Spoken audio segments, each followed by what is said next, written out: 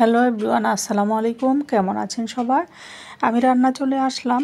এই তো আজকে তরতাজা পুকুর থেকে ধরা বড় মাছ রান্না করব। সেই রেসিপি থাকছে আপনাদের সাথে। ভিডিওটা যদি একটু ভালো লেগে থাকে লাইক কমেন্ট শেয়ার দিয়ে পাশে থাকবেন।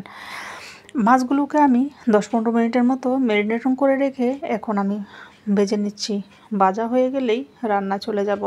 উল্টে পাল্টে ভেজে নিচ্ছি। দেখেন মাছগুলো খুবই তরতাজা, দেখতে খুবই সুন্দর। যেমন দেখতে সুন্দর, খেতেও কিন্তু দারুণ হবে। কথা বলতে বলতে মাছগুলো আমার সুন্দর করে ভাজা হয়ে গিয়েছে। মাছগুলো ভাজা হলে এক সাইডে রেখে আমি রান্না চলে যাব। প্রথমে আমি শিমের বিচিগুলো ফুটানো পানির থেকে একটু ভাপিয়ে নিচ্ছি।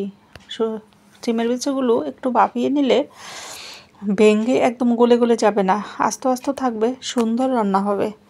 যাই হোক, এখানে আমি পেঁয়াজ কুচি দিয়ে মাছ ভাজা তেলে ভেজে নিচ্ছি। দিয়েছি রসুন বাটা, কাঁচামরিচ বাটা, একটা টমেটো দিয়েছি এখানে লাল মরিচের গুঁড়ো 1 চামচ, হলুদের গুঁড়ো 1/2 চামচ, স্বাদ মতো লবণ, জিরার গুঁড়ো 1/2 চামচ, ধনিয়ার গুঁড়ো 1/2 চামচ। মশলাটাকে ভালোভাবে কষিয়ে নিচ্ছি। দেখতেই পাচ্ছেন মশলাটা দেখতে কত সুন্দর হয়েছে।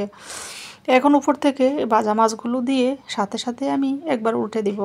উল্টে পাল্টে দিয়ে একটু কষিয়ে নিলে দিয়ে দিব উপর থেকে সেই সিদ্ধ করা রাখা শিমের বিচিগুলো দিয়ে একটু কষিয়ে নেব।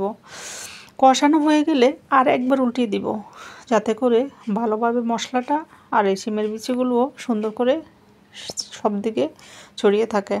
যাই হোক, এখন তো একটু 1 কাপ পানি দিয়ে দিয়েছি। পানিটা আমি একদমই কম দিয়েছি, যাতে করে আমার মাখা মাখা থাকবে মাছটা।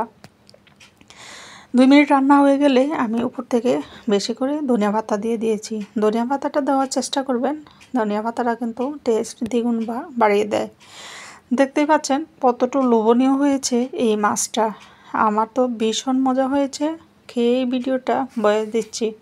এভাবে রান্না করে এই শীতের সিজনে কিন্তু টমেটো এবং শিমের বিচিগুলো পাওয়া যায়।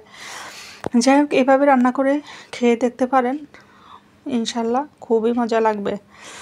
আজকের রেসিপিটা কেমন হয়েছে জানাতে ভুলবেন না।